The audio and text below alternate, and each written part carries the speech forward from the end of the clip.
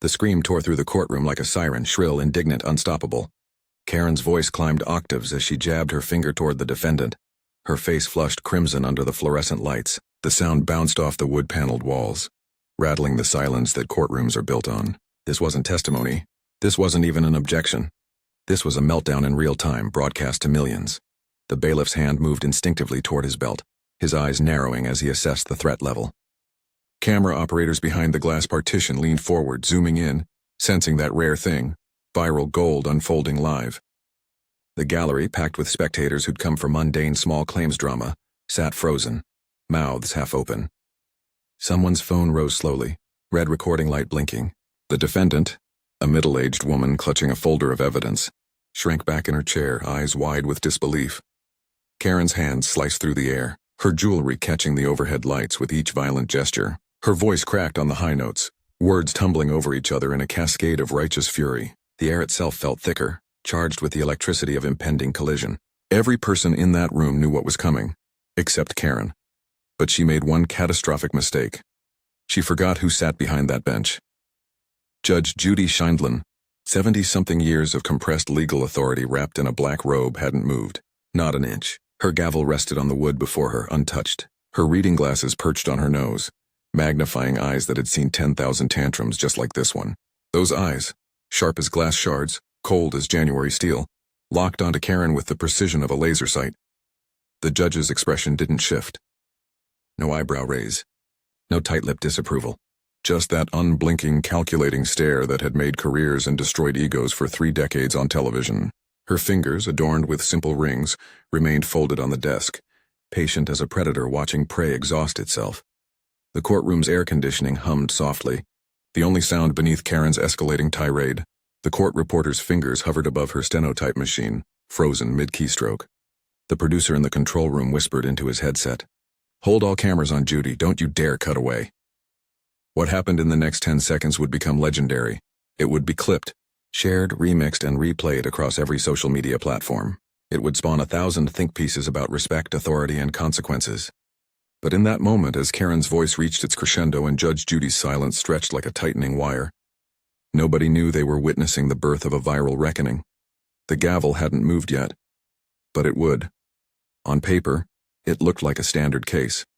Property line dispute between neighbors, $1,200 in damages, 2 women who couldn't stand each other, the kind of petty conflict Judge Judy's show thrived on. Small stakes, big emotions, clear-cut resolution within 22 minutes. The paperwork sat neatly stacked on the bench, Karen's complaint, the defendant's counterclaim, photographs of the allegedly damaged fence, receipts for repairs. But the moment Karen walked through those courtroom doors, the temperature shifted. She entered with her shoulders squared, chin raised at an angle that screamed defiance. Her purse, oversized designer knockoff, swung from her elbow like a weapon. She didn't walk to the plaintiff's podium. She marched, heels clicking against the polished floor with military precision. Before the bailiff even finished announcing the case number, Karen was already sighing loud enough for the microphones to catch it, arms crossing over her chest like battle armor. The defendant, a soft-spoken woman named Lisa, stood quietly at her podium. Her folder of evidence sat closed in front of her, tabs color-coded and organized. She wore a modest blouse, hands folded, eyes occasionally flicking toward Karen with visible apprehension. Lisa had brought documentation, time-stamped text messages, contractor estimates, photographs with metadata intact. She'd prepared like someone expecting a fair hearing. Karen had brought attitude.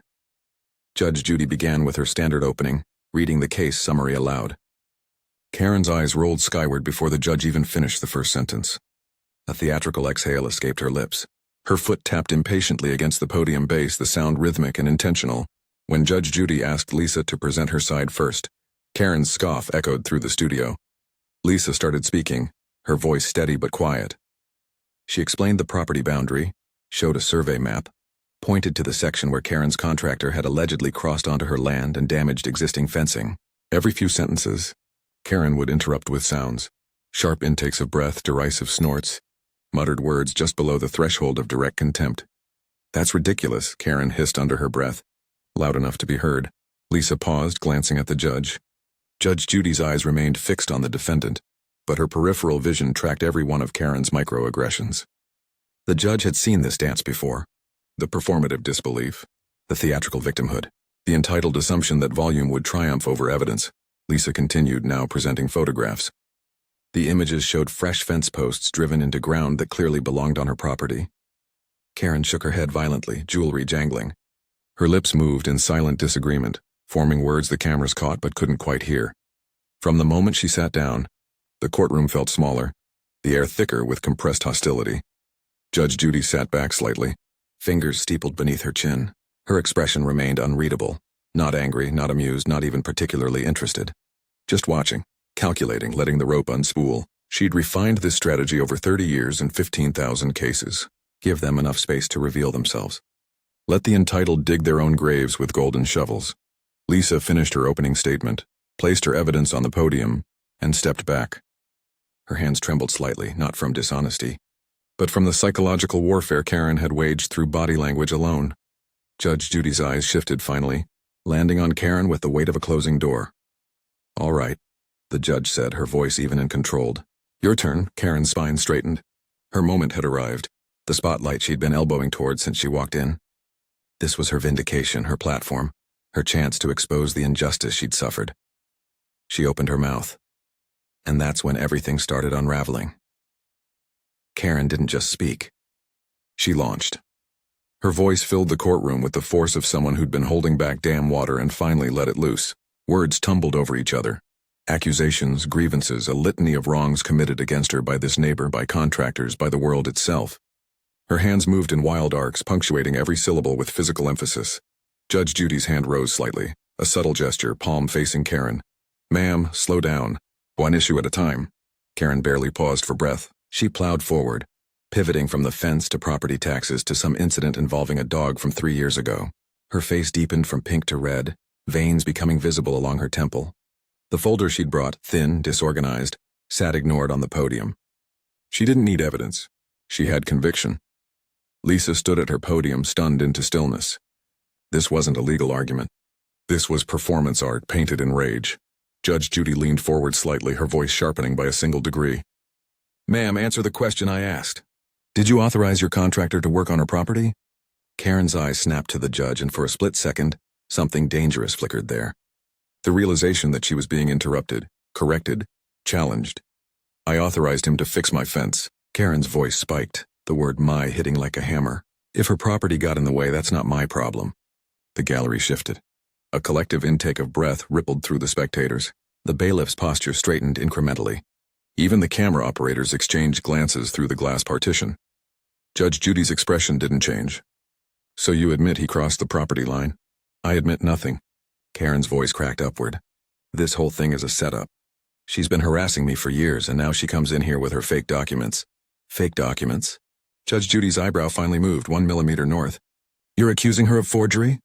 Karen's hands slammed onto the podium, not violently but loud enough that the microphone caught it as a sharp thud. "I'm saying she's a liar." The courtroom temperature dropped 10 degrees. Lisa flinched at her podium, physically recoiling from the accusation.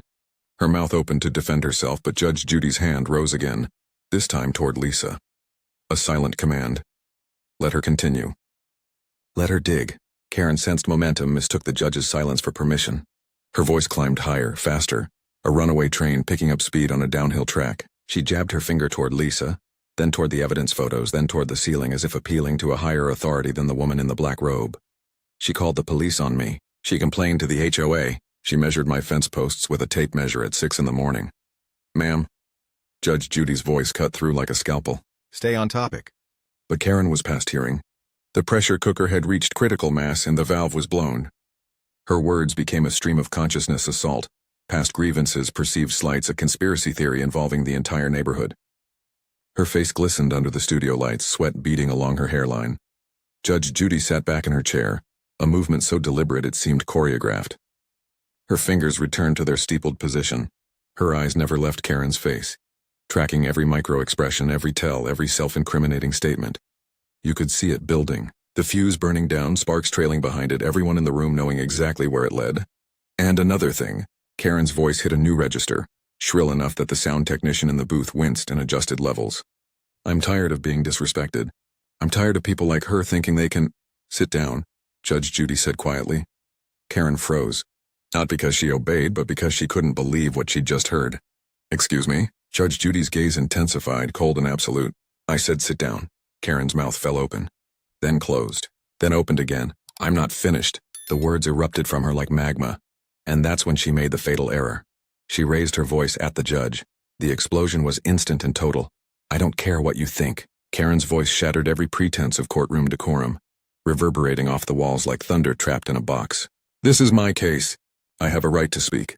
Her arms flailed above her head, fingers splayed wide as if trying to grab justice from the air itself. Her face had gone from crimson to purple, a vein pulsing visibly at her temple. Spittle flew with her consonants. The folder on her podium toppled over, papers scattering across the floor, ignored, irrelevant to the hurricane she'd become. The gallery gasped collectively, hands flying to mouths. Someone's phone camera captured every second. The red recording light unwavering. The bailiff took 2 steps forward, his hand hovering near his radio, eyes locked on Karen's movements. Lisa stood frozen at her podium, face drained of color, gripping the edges as if the wood might somehow protect her from the verbal shrapnel. The court reporter's fingers stopped moving entirely. Even she, trained to capture every word in the most chaotic proceedings, sat stunned by the magnitude of the disrespect unfolding before her. But Judge Judy didn't move. Not a muscle. Not a breath. Her face remained carved from stone, those sharp eyes fixed on Karen with the intensity of a hawk watching a rabbit exhaust itself in an open field. Her hands stayed folded on the bench. Her gavel sat inches from her right hand, untouched, patient, waiting for its moment. She let Karen scream. Let her burn through the oxygen in her lungs. Let her reveal exactly who she was to every camera, every spectator, every person who would watch this moment replayed 1,000,000 times across the internet. Karen's tirade continued, words spilling out in a toxic flood, accusations about the legal system, about being silenced, about her rights, about respect she was owed simply for existing. Her jewelry rattled with every gesture. Her heels shifted against the floor, her entire body a weapon of theatrical indignation. I am a taxpayer. I demand to be heard. The courtroom wasn't silent anymore. It was a war zone with one combatant, fighting ghosts, windmills, and her own crumbling credibility. Then, in the eye of Karen's hurricane, Judge Judy moved. Her right hand rose slowly, deliberately, and closed around the gavel's handle. The wooden instrument lifted 6 inches off the bench. Every eye in the room tracked its arc. One sharp crack split the air. The sound detonated like a gunshot in the confined space. Karen's mouth froze mid-word, her lips still forming a syllable that would never escape. Her eyes went wide, pupils dilating with the sudden realization that she'd crossed a line drawn in permanent ink. The gavel's echo faded into absolute silence. Judge Judy leaned forward, her voice dropping to a register so low the microphones barely caught it. But every person in that courtroom heard it in their bones. Ma'am, sit down. 3 words, delivered with the force of a judicial sledgehammer. Karen's legs trembled. Her mouth opened and closed like a fish drowning in air. But she didn't sit, couldn't sit. Pride and shock had welded her feet to the floor. Judge Judy's eyes narrowed to razors. You walk into my courtroom, the judge continued, each word precisely measured. A surgeon making incisions, disrespect my authority, interrupt my proceedings, and scream like a toddler who dropped their pacifier. The gallery sat paralyzed. Lisa's hand covered her mouth. The bailiff's eyes widened slightly. Even he hadn't heard Judge Judy drop the hammer quite like this.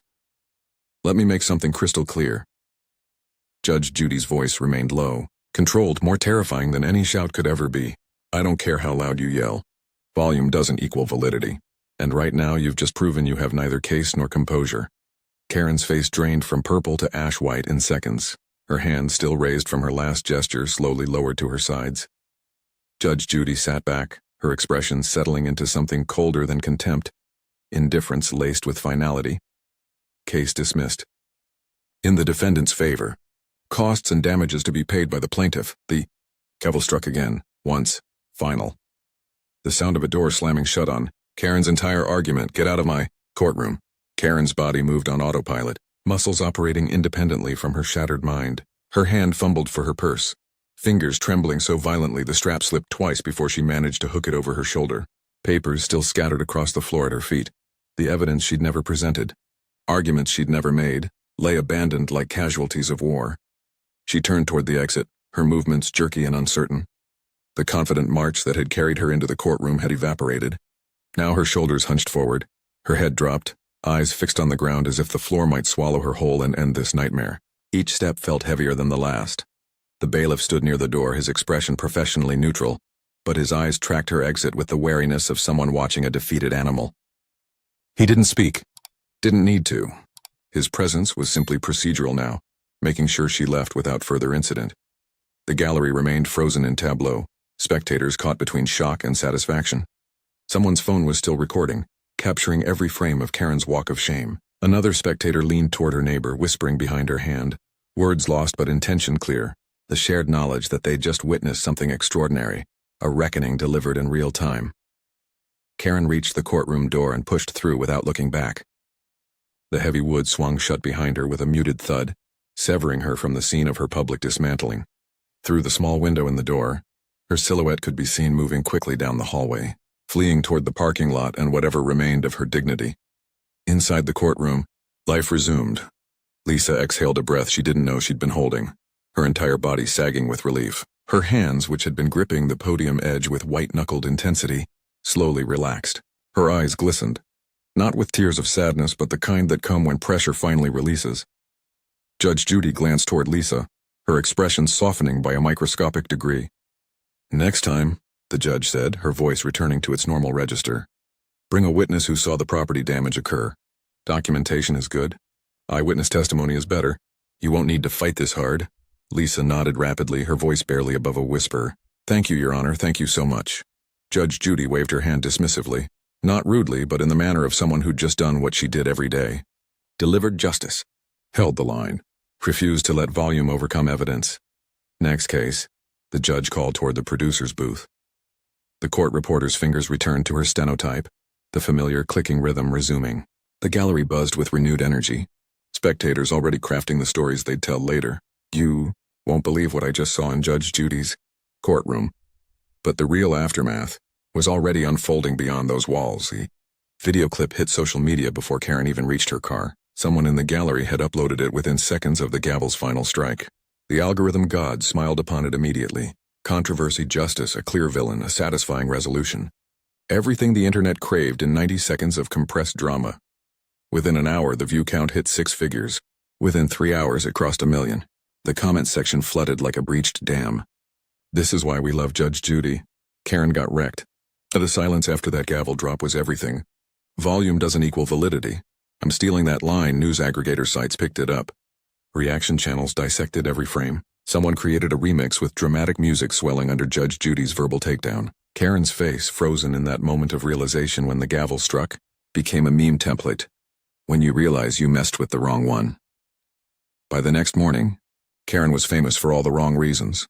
The courtroom meltdown she thought would prove her point instead proved Judge Judy's. Volume is not victory. Rage is not righteousness. And authority earned through decades of dispensing justice doesn't bend to tantrums, no matter how loud they get. Karen walked in believing her outrage was her power.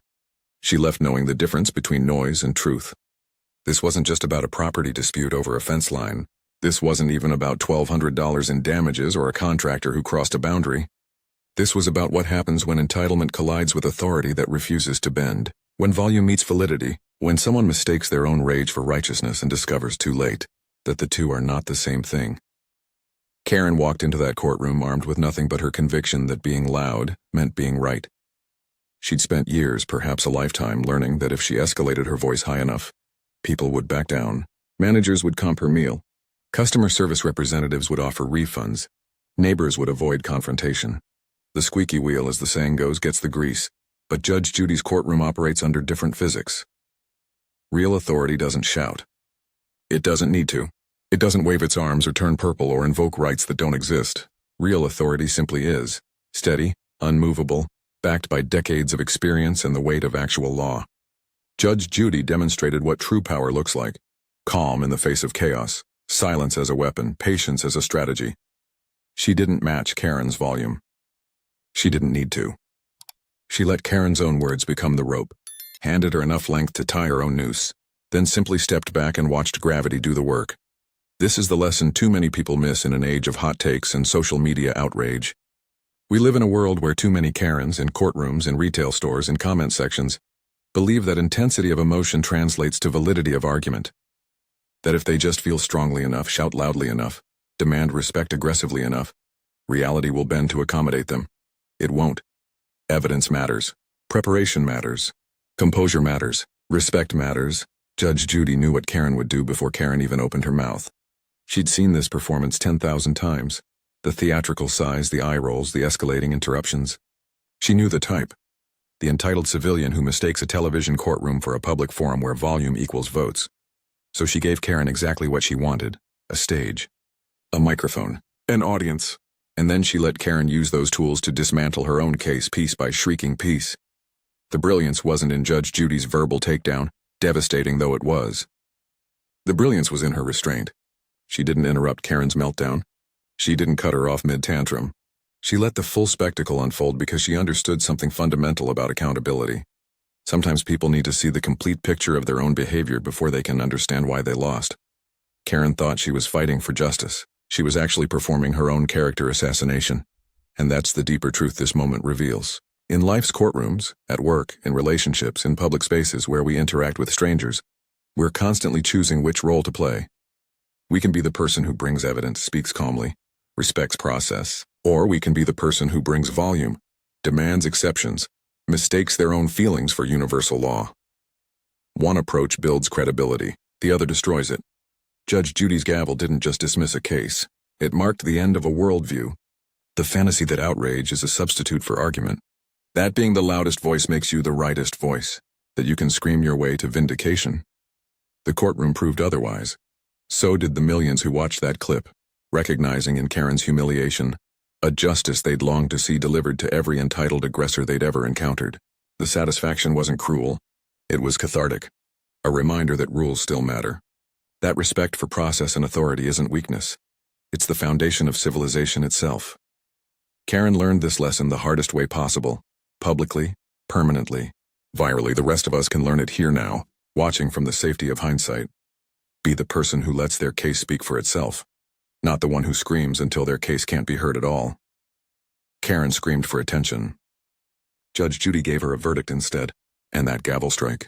It echoed far beyond that courtroom, reverberating through every social media platform, every comment section, every conversation about what happens when entitlement finally meets its match. The beauty of that moment wasn't just in the justice delivered. It was in the precision, the economy of words, the refusal to engage on Karen's terms. Judge Judy didn't debate, didn't argue, didn't justify. She simply drew the line, held it firm, and let consequences do the teaching. That's the power of earned authority. It doesn't beg for respect. It commands it through consistency, through competence, through the unwavering certainty that comes from 3 decades of refusing to let chaos win. Karen walked into that courtroom expecting her tantrum to work because tantrums had always worked before. She left understanding that some battles can't be won with volume, only with truth.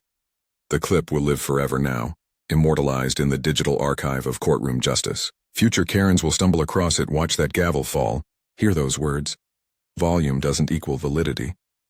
And perhaps, just perhaps, think twice before turning a legal proceeding into a public meltdown. Or they won't. And they'll learn the same lesson the same hard way. Either way, Judge Judy will be ready, gavel in hand, patience unlimited, authority unshakable. If moments like this remind you why justice matters, why respect for process matters, why composure under pressure matters, leave a comment below. Tell me about your favorite Judge Judy takedown. Share the moment you saw someone's entitlement meet its reckoning. Or better yet, tell me about a time you kept your composure when someone else lost theirs. Because that's the real lesson here. Being right and being loud are not the same thing. And if you're not subscribed yet, hit that button now. Because this channel is dedicated to those moments when accountability shows up, when justice gets served, and when people who thought the rules didn't apply to them discover otherwise. We don't celebrate cruelty here. We celebrate consequences. We honor the people like Judge Judy who hold the line so the rest of us don't have to. Subscribe for more courtroom karma delivered daily. For more reminders that respect isn't optional and authority earned through decades of work doesn't bend to tantrums thrown by adults who never learned the word no. Because when respect meets disrespect in a room with cameras rolling and a judge who's seen it all before, we know exactly which side wins every single time. Thanks for watching. Court is adjourned.